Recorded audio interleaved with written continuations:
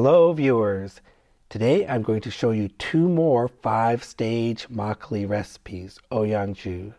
If you like this video, please click that like button and subscribe. In a recent video, I showed you a recipe for 5-stage makgeolli, oyangju. This is the recipe. I added all the water in the first stage with the juk. The other stages just have the godubab. I'm going to show you two variations on that. Jar A is going to have 60% of the water in the first stage, and jar B this time is going to have 20% of the water in the first stage, and then 20% in each of the other 4 stages. So this is a summary of the water distribution of these 3 recipes. So today we're doing jar A and jar B. Previous video showed you what happened when you add all the water in the first stage. So here's jar A, 200 grams of rice flour, 600 milliliters of water. This is how I usually cook the juk, just a little less water.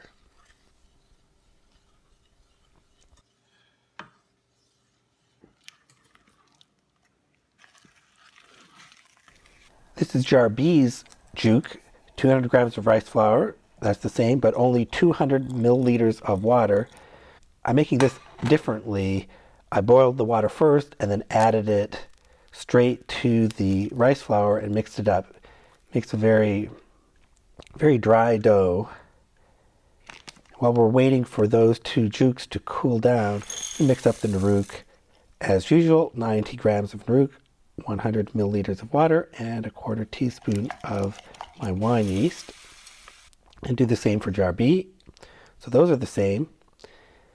Now let's get that rice porridge, the juk, into the jar. Even jar A is really thick, but jar B is undercooked, and they're both a little hard to work with. Now mix in the naruk mixture. It's very important to have this mixed thoroughly. Loosen the lids and put in a dark place to ferment. So this looks, okay, it's quite foamy, lots of bubbles.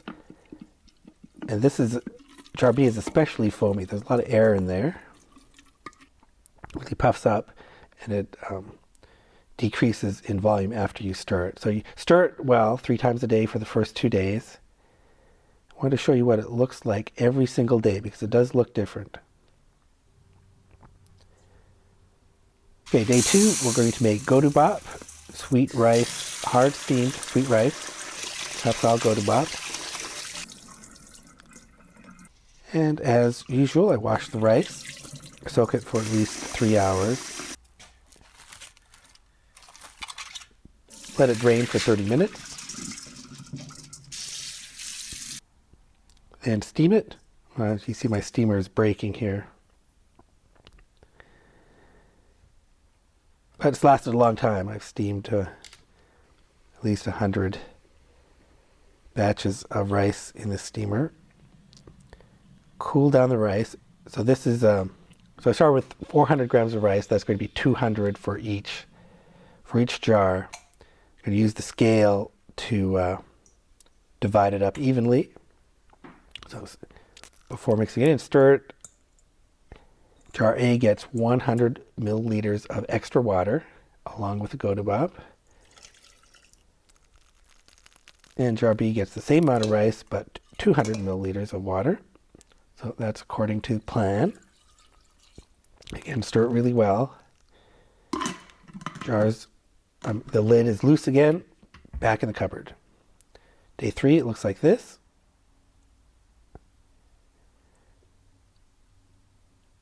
All right, day 4. So the one with more water, it looks a little ahead there. Okay, day 5, we're going to make chapsal godubab again. The same procedure. Steam the rice for 40 minutes. Spread it out to cool. Divide it evenly. Add to the jar. And jar A gets 100 milliliters Jar B gets 200 milliliters. And it keeps fermenting. So we're adding more rice in each of these stages, hopefully at the right time for the yeast to consume it all. Okay, now the two jars are looking a little more similar, but they're still not the same. Now we're on day 8. We're going to make chopped salad go to Bob again. Same procedure.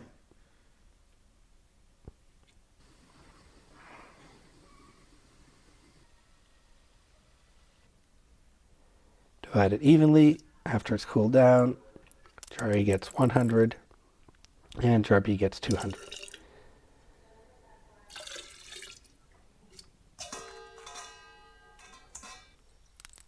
Okay, back to ferment.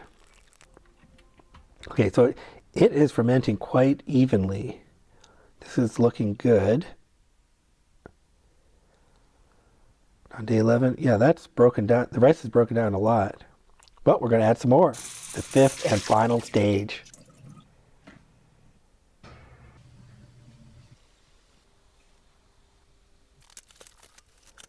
Okay, and this will be the last go to Bob and the last amount of water. So in the end, we've added the same amount of water to each jar, but at different stages. So the total is 1 liter for both jars. And now we just watch it ferment.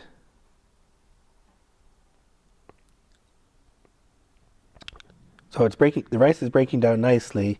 Jar B does seem to have extra sediment on the bottom. That's the one with the least amount of water in the juke, of sort of undercooked juke.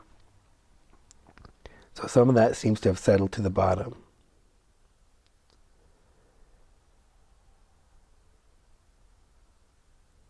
Okay, we're already on day 22. Let's look at the top. Okay, see, there's a clear layer on top, especially for jar B. This has to be done. So let's bottle it on day 23. So I want to show you. Oh, look how soft it is, and let's watch the complete straining process here.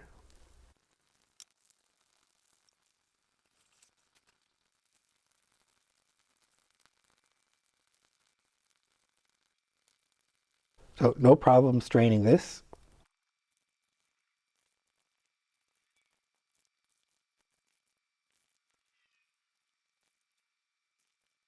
In the end, 260 grams left over. And let's get it in the bottles. So of course the bottles have been sanitized and all the equipment. Okay, jar B. So jar B had that layer of clear liquid at the top. Okay, there's some of that sediment at the bottom that wasn't mixed in well.